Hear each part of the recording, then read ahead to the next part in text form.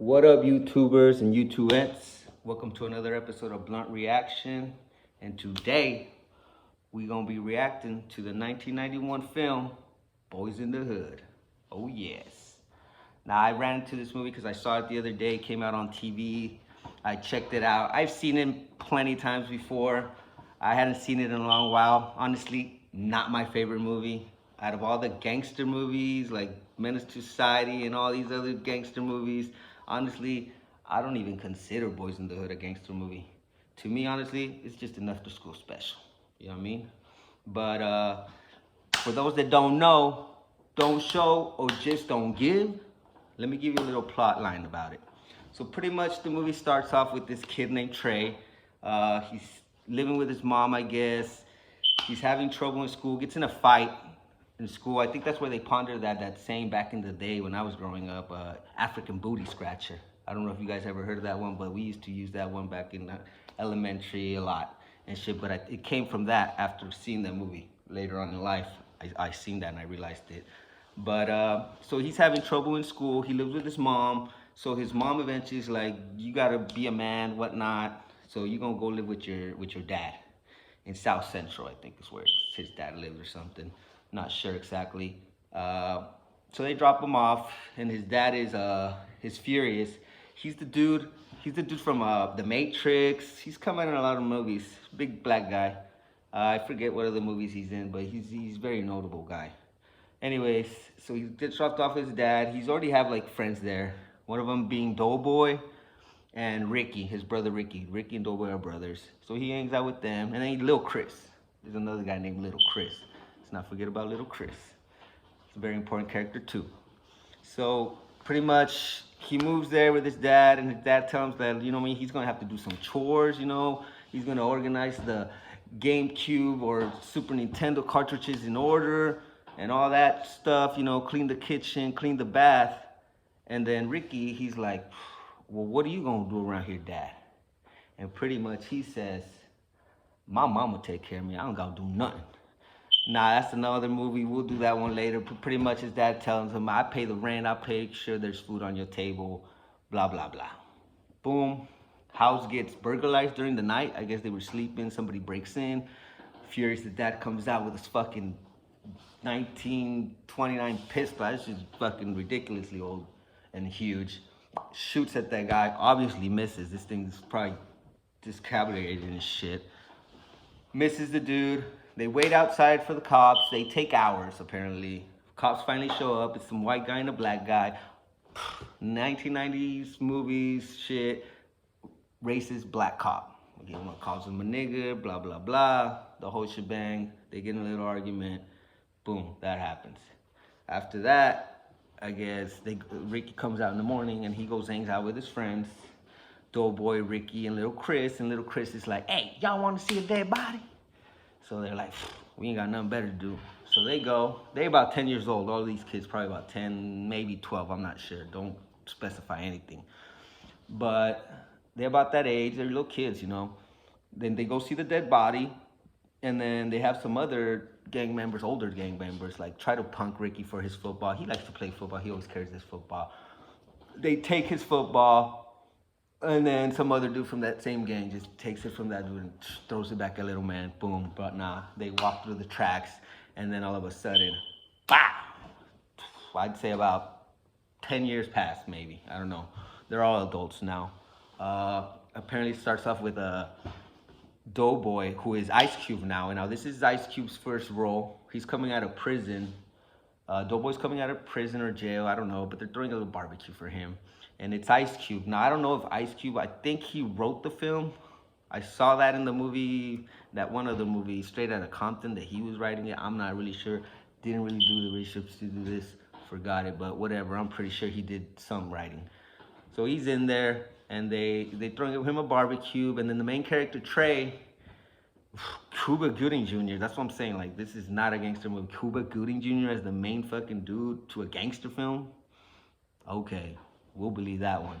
But whatever, and he shows up with this fucking, it's 1991, so I guess that's the style, but even for 1991, he was not dressing, he's getting punked the way he dressing, but he walking in there fly, thinking he hot, freaking whatnot. Tries to be hot with this one girl he likes or she likes, and I think her name was Shalika. I'm not sure they liked each other since they were kids or not, but he's trying to be fly. Now, Shalika, I always thought that it was that girl from Fresh Prince and Bel-Air that Will Smith was gonna marry, or yeah, Will Fresh Prince was gonna marry, with the short hair. Lisa was her name in the character. I always thought it was her. It kind of looks like her, but apparently I looked it up in Google and it wasn't her. Her real name is Regina King. I don't know what else she done. I don't know much about Regina King. I wished I would have just been Lisa from the Fresh Prince of Bel-Air, but apparently it ain't. They look exactly the same. But okay. So he tries to dog her, and she just leaves. She ain't having his shit. The way he dressed, square ass nigga. So anyways, boom, him and Doughboy, they start talking. They introduce Ricky. Apparently, little Chris is in a wheelchair, and pretty much it gets into like the movie of like Ricky wants to be he wants to be a football player. He's working on a scholarship. Doughboy ain't doing shit. Ricky is just lying to his dad about getting laid at some point. When his dad asks him if he a virgin, he's like, not no more, and makes up this fucking wild story that we've all heard and shit. Plenty of porno films have done this same skit, but whatever. He's fucking lame. So they go to a freaking kickback, or I don't know.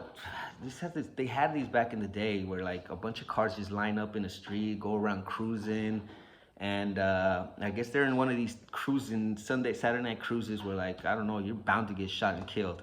They don't have them anymore. They're illegal. Or at least in San Diego, they don't want them. They see you cruising around Highland, you getting pulled over quick. Get the fuck out of here. So anyways, they're there. And I'm guessing these characters, they never say it again, but I'm guessing they're Crips because they ain't wearing no blue, blah blah blah. And then the rival fools that they come and have a little beef in this car show, or whatever, car cruise, they're Bloods. I mean, they're wearing red, boom boom boom. They get into a little altercation. What's up? What's up? Doughboy Ice Cube pulls up a strap. What's good? They leave. 5 minutes later, they just shoot up at the air with an Uzi, the Bloods. And everybody just scatters. They scatter. They're driving home, and they get pulled over by police, I believe, at this point. And the police are just being racist and shit again. One of those scenes. And Ricky shows up at that one girl's, Lisa. I'm just gonna call her Lisa from now on because I just cannot see anybody else but Lisa being in this part. So she shows up at Lisa's house and starts swinging like he's pissed at the world. I don't know what's going on. And then from that happening, I guess she just decides to give him the bang, and he loses the virginity. So now he walking out like he tough shit, thinks he's hard. And at this same time, Ricky takes a test to graduate high school or to get into college, one of those satin nines or cat nines, wherever you're from. I don't know. I never did too well in these motherfuckers. But he takes the test and passes barely. I mean, I remember them here saying that they give you like 1,000 points for just writing your name on right. But this guy barely passes by like 10 points. I'm serious. Like they show the score there, or they mention like that what score he needs, and then at the end they'll show the score, and he just barely passed. But then he takes the test, and before he knows he passed, he's take the test, and he's chilling in front of his house with Doughboy, Lil Chris, some other dude named Monster. This guy's savage. And then they got this other dude named Doodoo. This guy, he's got the pacifier. I don't know. I don't know much about Monster and Doodoo. I don't think they did too much about after that. But they're kicking it, and pretty much the whole movie, it just shows that Ricky and Doughboy's mom just pretty much favors Ricky. You know, I mean, come on, Doughboy, you ain't doing shit. You're going to jail since you were 10. Ricky's playing football. He's got a chance to go to college. Come on, bro. Like, she's going to favor homeboy. Like, come on, get out of here. You ain't doing shit. You ain't got no job. You ain't got nothing. So he's jealous. So Ricky and Doughboy get in a fight. Bah, bah, bah. Boom, right there in the front porch. Moms comes out, slaps Doughboy. He gets upset. Why you only hit me? Ricky leaves. He goes to the store with Trey, Cuba Gooding Jr., and they go buy a milk, and I think it was like oil. I think Ricky's girl, he had a baby already. His girl was like, I need some oil to go cook. They went to go get the oil. He buys some lottery tickets. He scratched something. I don't know why reason. I don't know where they got this from, but Cuba Gooding tells them, "Why are you buying those lottery tickets? Don't you know you gotta be Mexican to win that?" Fuck, I wish. I'm Mexican. I ain't never won shit off of that. But boom, boom, boom, they're walking. And at the same time, in front of Doughboy, in the house where Doughboy and them are at, they see a red car. The same dudes from that cruise scene, whatever, the Bloods. And they just see him circling. They pass by 1 or 2 times until they figure, like, fuck, Ricky and Trey are out there. They're coming. They gonna get spotted by these fools. We gotta go help them. So they sprint into action, jump in the car. At the same time that happened, they already, right away, they run into Ricky and Trey. And Ricky and Trey, they just start dipping. They run, boom, they go into an alley. And then Ricky's like, we should split up. We think we have a better chance. I don't know. So one goes one way, the other one goes one way. And they're just walking. And that's where you see that scene where the car pulls up in the alley. Dude comes out with a shotgun. And now we're going to talk about this, the actor, Lloyd Avery. Because that's crazy after what happened with the movie. So he does that.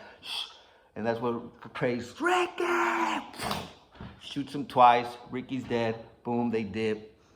Doughboy shows up. They pick him up, take him home. Trey, Cuba Gooding Jr., after getting laid, he's got big balls now. So he's the one, this pisses me off about this story. It fucking pisses me off about Cuba Gooding Jr. and shit. So he just tells Doughboy, hey, meet me at that pad. Pretty much he's gonna go grab his daddy's strap and told him to meet me at the pad. He initiated the situation. Remember that. So freaking Doughboy and the boys, Doughboy, Monster, and Doodoo. I don't know if that's his real name, Doodoo, Dodo. I don't know what they call him, but it's something like that. But he got the pacifier. Boom, they jump in the car. It's like a nice-ass car, too. I don't know where Doughboy got this car. He don't work. He's like about 18. It's a fucking 1964 gold-plated. It's fucking nice. Fucking drug dealing that it must have been, I'm assuming.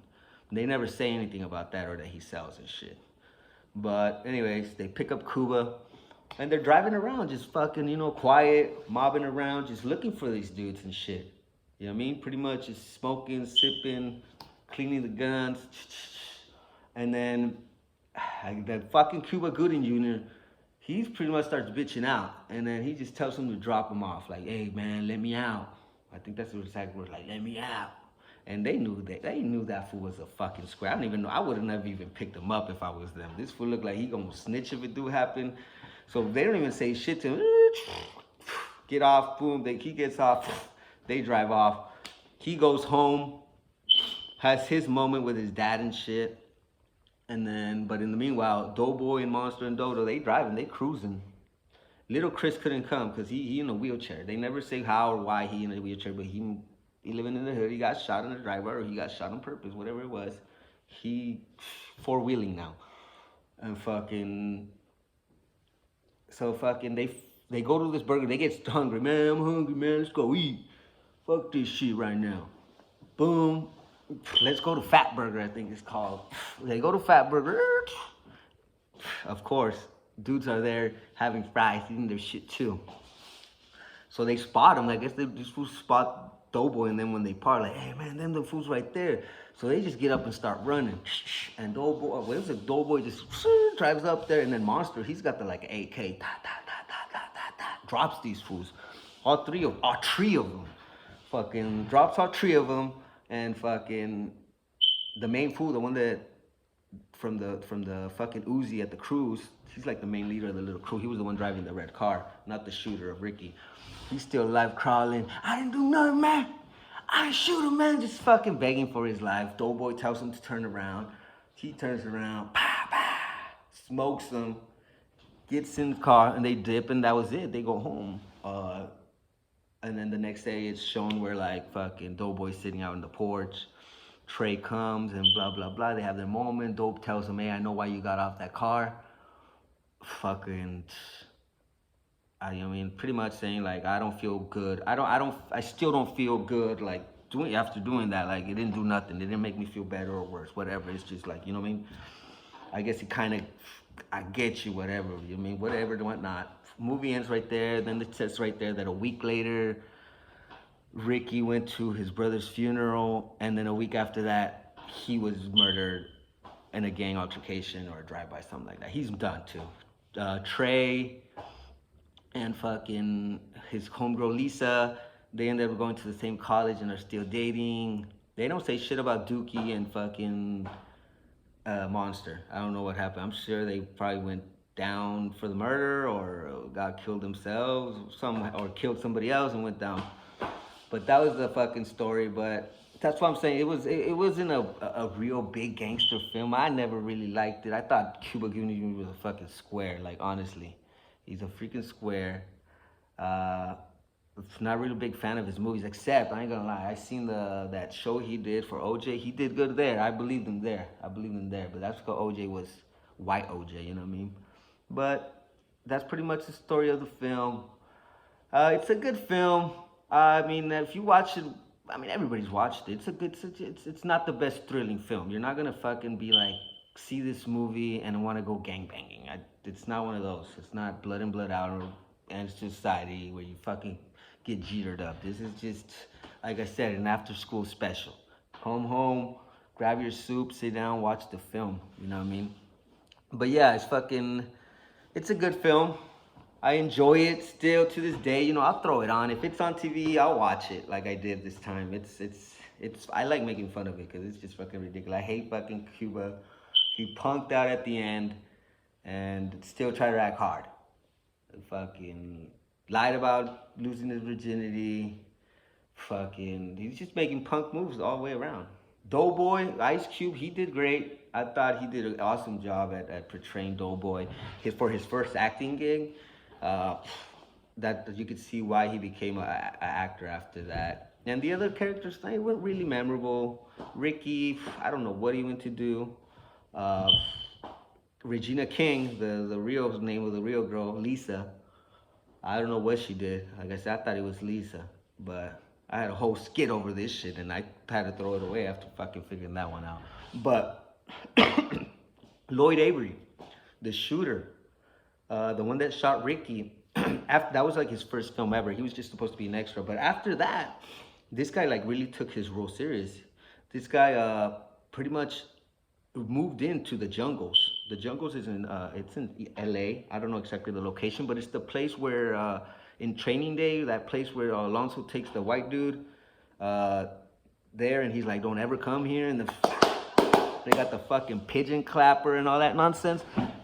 He actually moves there in real life. This is an apartment.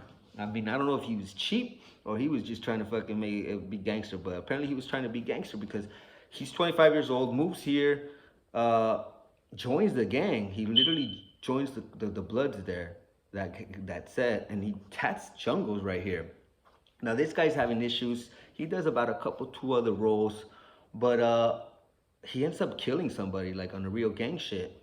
Kills some dude, and he gets picked up, sent to prison, where he spends. I think he was in there probably about, I'm gonna say 10, 15 years in to his life sentence. He got life. He's never getting out. He got 10, 15 years to his life sentence.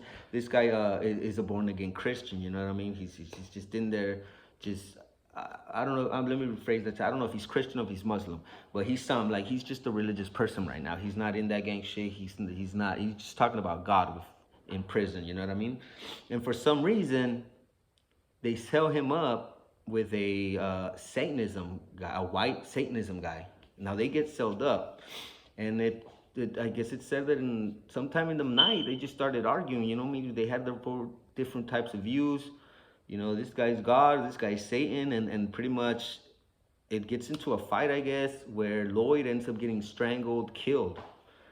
Now his cellie, the murderer, I guess he lays him back in bed and just throws the blanket over him because it takes about a week for the COs to figure out that this fool's dead. I guess they were just walking by and counting him on the cell. You know what I mean? It got to the point where it smelled so bad that the COs had to go in there, and this guy's dead for a fucking week.